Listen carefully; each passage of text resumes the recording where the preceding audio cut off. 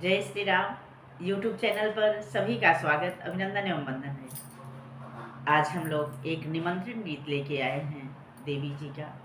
जब हम लोग उनके यहाँ कोई भी मांगलिक कार्यक्रम होता है, जैसे शादी विवाह हुआ, बच्चे का होना हुआ, तो हम लोग पहले ही देवी देवताओं को आमंत्रित करते हैं, उन्हें अपने घर बुलाते हैं। ये गीत ऐसा ही है कि आमंत्रित किया गया है देवी मैया को, और देवी मैया आई हैं और मकान पूछ रही हैं कौन सा घर है जिस घर में हमें बुलाया गया है। चलिए हम लोग इस गीत के माध्यम से आप लोगों को बताने चल रहे हैं और सुनाने चल रहे हैं। बहुत ही सुंदर गीत है, गीत को पूरा सुनिएगा। हमारी परंपराओं को पुरानी आप लोग बनाए रखिएगा। बहुत ही सुंदर, बहुत ही प्यारा गीत है।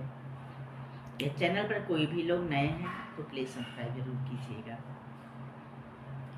गलियाँ की गलियाँ हो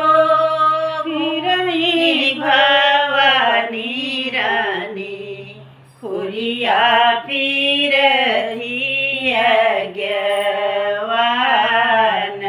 हो, खुरिया फिर अज्ञान हो। गलियाँ की गलियाँ हो भवानी रानी, खुरिया फिरती अज्ञान हो, खुरिया फिरती अज्ञान। कवन जगी रोपनी बखरिया हो, जगिया देखना हम जाब हो, जगिया देखना हम जाब हो। कवनिया जगी रोपनी बखरिया हो, जगिया देखना जाब हो, जगिया देखना हम जाब हो। भीतर से निकले हम बाबा हो कवने रामा, दयुक दहड़िया लिए हाथ हो।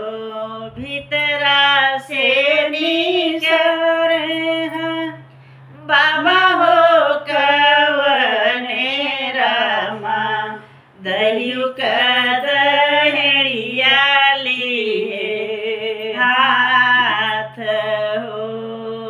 और भवानी रानी मोरे घर उतर हो, मोरी जगी पूरनी होई हो, मोरी जगी पूरनी होई हो। भीतरा से निकली चाचा हो कवने रामा, दयुक दहड़िया लिए हाथ हो, दयुक दहड़िया लिए हाथ हो।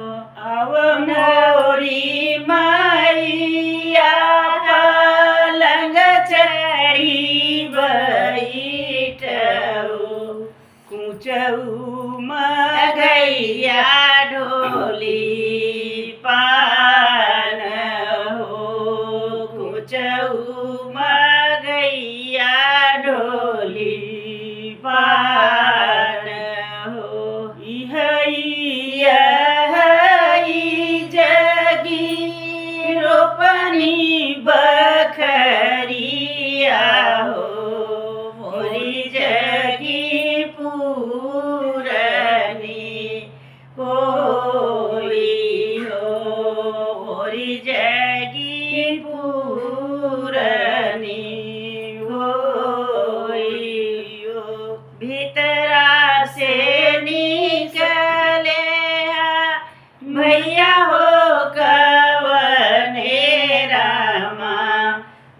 दहियुक दहेड़िया लिए हाथ हो, दहियुक दहेड़िया लिए हाथ हो।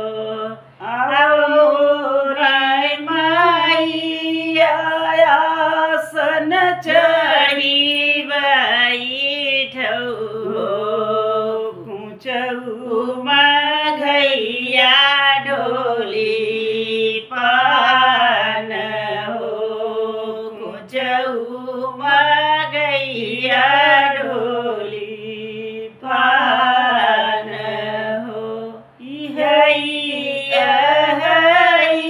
जगी रोपनी बखरिया हो, मोरी जगी पूरनी होई हो, मोरी जगी पूरनी होई हो। बहनों, ये समय से पारिवारिक गीत है, सबका नाम लेकर के गाया जाता है। इसमें जितने परिवार रहे बहन उतने बड़े